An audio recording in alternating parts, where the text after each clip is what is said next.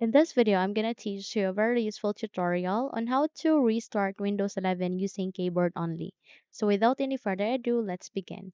First of all, let me just bring up my on-screen keyboard to completely show you what exactly keys you are going to press on because you might press the wrong key.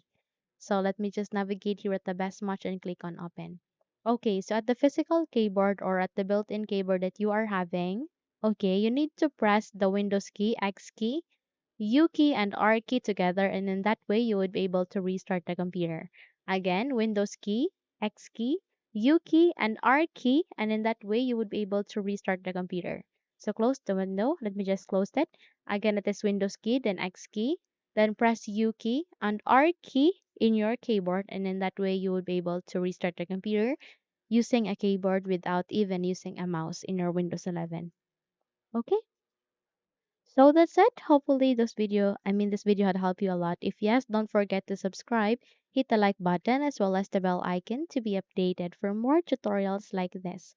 Thank you for watching and have a good day everyone.